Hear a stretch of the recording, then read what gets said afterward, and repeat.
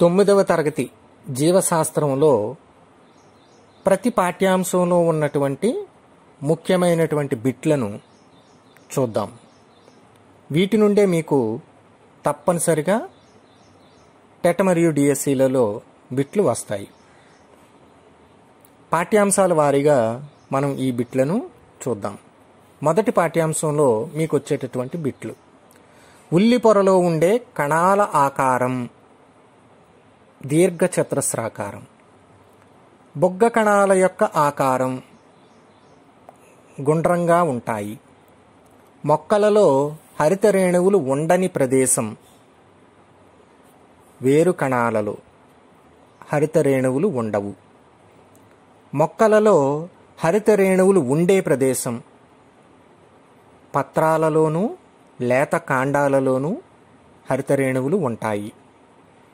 జంతు కణం చుట్టూ ఉండేటటువంటి పొర ఏది? ప్లాజ్మా పొర. వృక్షకణం చుట్టూ ఉండే పొర ఏది? అదనపు కణ కవచపు పొర. ప్లాజ్మా పొర నిర్మాణాన్ని దేని ద్వారా చూడగలం? ఎలక్ట్రానిక్ సూక్ష్మదర్శిని. ప్లాజ్మా పొర దేనితో నిర్మితమై ఉంటుంది? ప్రోటీన్లు, లిపిడ్లు. ప్లాజ్మా పొర ప్రత్యేకత ఏమిటి? ఈ పొర గుండా కొన్ని ప్రత్యేక పదార్థాల ప్రసరణ జరుగుతుంది.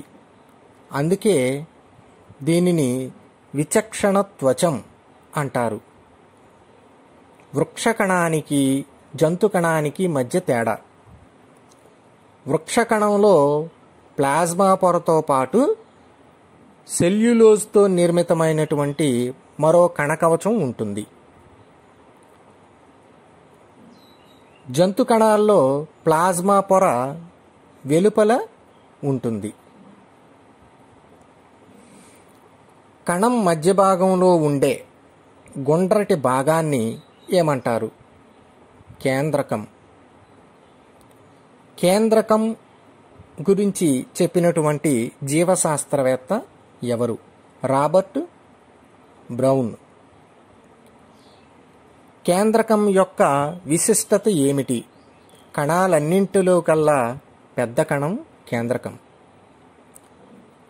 అందుచేతనే దీనిని కణ నియంత్రణ గది అని కూడా అంటారు. కణ సిద్ధాంతాన్ని ప్రతిపాదించిన వారు ఎవరు? ప్లేడన్ను మరియు ష్వాన్.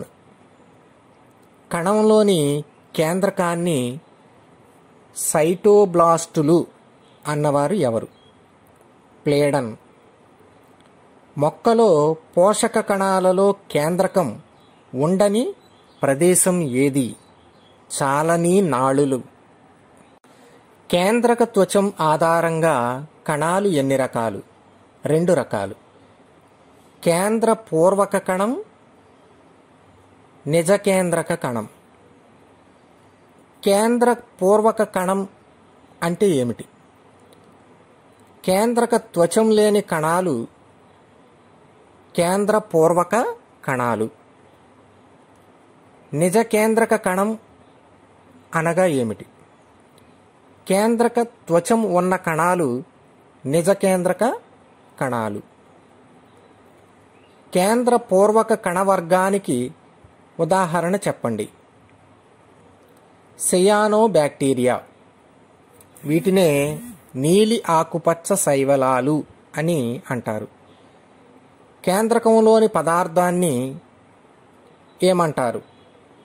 కేంద్రక రసం లేదా కేంద్రక ద్రవ్యం అంటారు. కణాంగాలు అనగా ఏమిటి? అంతర్జీవ ద్రవ్యజాలం,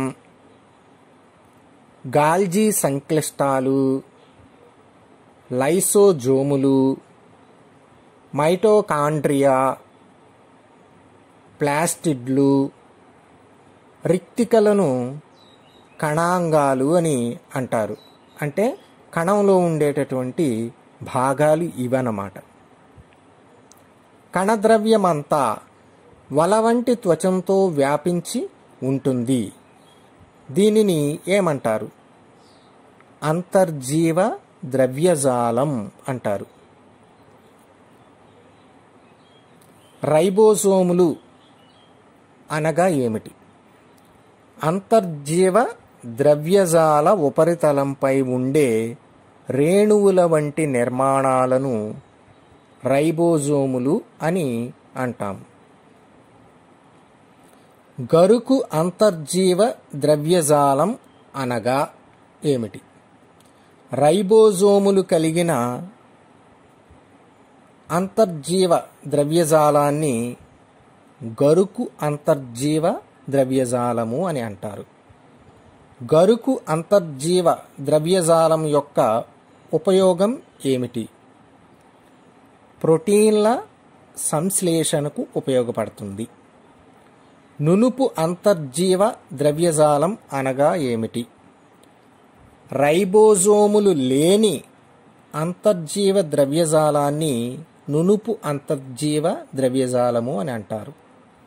నునుపు అంతర్జీవ ద్రవ్యజాలం యొక్క ఉపయోగం ఏమిటి? లిపిడ్స్ మరియు క్రొవ్వుల సంశ్లేషణకు తోడ్పడుతుంది. ప్లాజ్మా పొర నిర్మాణంలో తోడ్పడేవి ఏమిటి? ప్రోటీన్లు, లిపిడ్స్. కాళేయ కణాలలో ఉండేవి విష పదార్థాలు, మత్తు పదార్థాలు. కాళేయ కణాలలో ఉండే విష పదార్థాలను, మత్తు పదార్థాలను నిర్వీర్యం చేయడంలో ప్రధాన పాత్ర పోషించేవి ఏవి? నునుపు అంతర్జీవ ద్రవ్యజాలం.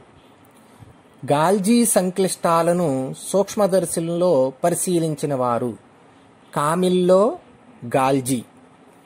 గాల్జీ సంక్లిష్టాల యొక్క పని ఏమిటి? వివిధ రకాల పదార్థాలను కణంలో భాగాలకు పంపే ముందు తనలో నిల్వ చేసుకుంటుంది.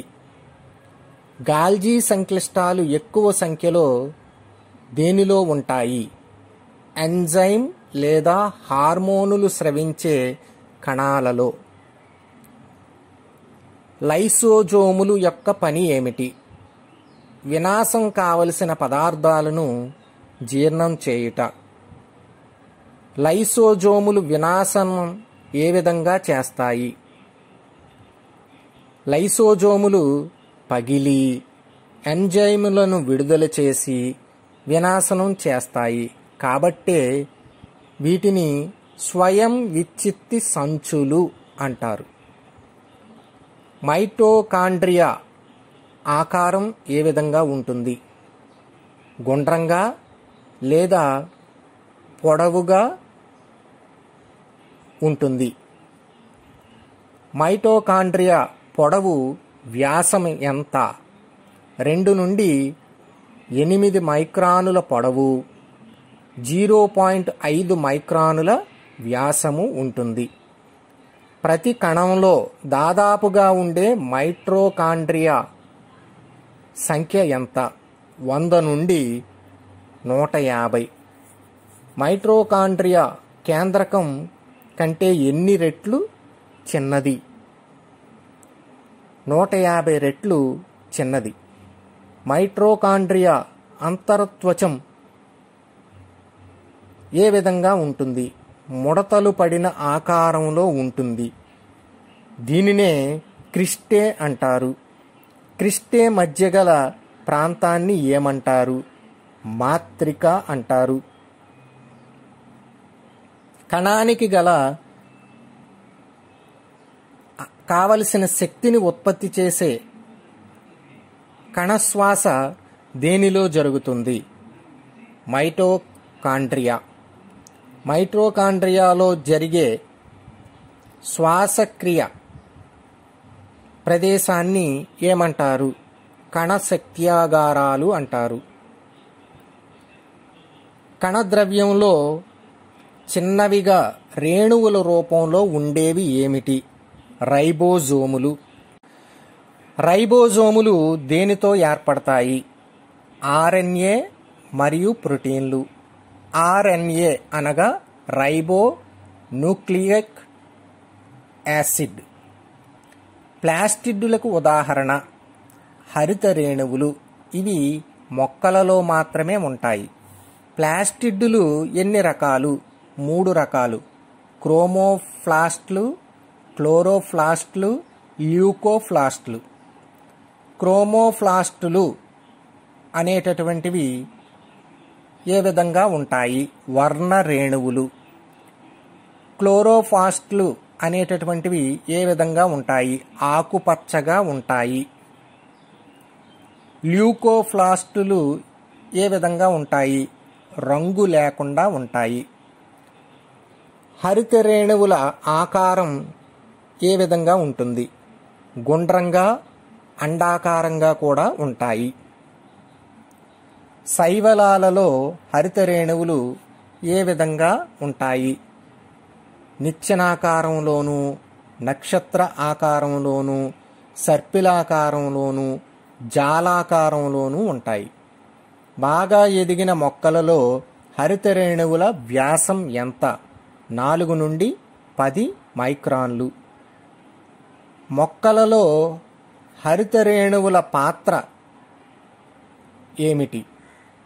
సౌరశక్తిని గ్రహించి రసాయన శక్తిగా మార్చడం. కిరణజన్య సంయోగ క్రియలో పాల్గొనే కణాలలో హరిత రేణువుల సంఖ్య ఎంత? 50 నుండి 200. జంతువులలో రిక్తికలు ఏ విధంగా ఉంటాయి? చిన్నవిగా. వృక్షాలలో రిక్తికలు ఏ విధంగా ఉంటాయి? పెద్దవిగా. హరిత రేణువులకు మరొక పేరు ఏమిటి? క్లోరోప్లాస్ట్లు. పరిణితి చెందిన మొక్క కణాలలో స్థలాన్ని అంతా ఆక్రమించేవి ఏమిటి? రిక్తికలు. కణంలో కుడ్య పీడనాన్ని నియంత్రిస్తూ వ్యర్థ పదార్థాలను బయటకు పంపేవి రిక్తికలు. కణం యొక్క ఆకారము బల్లపరుపు లేదా ద్విమితీయ ఆకారము.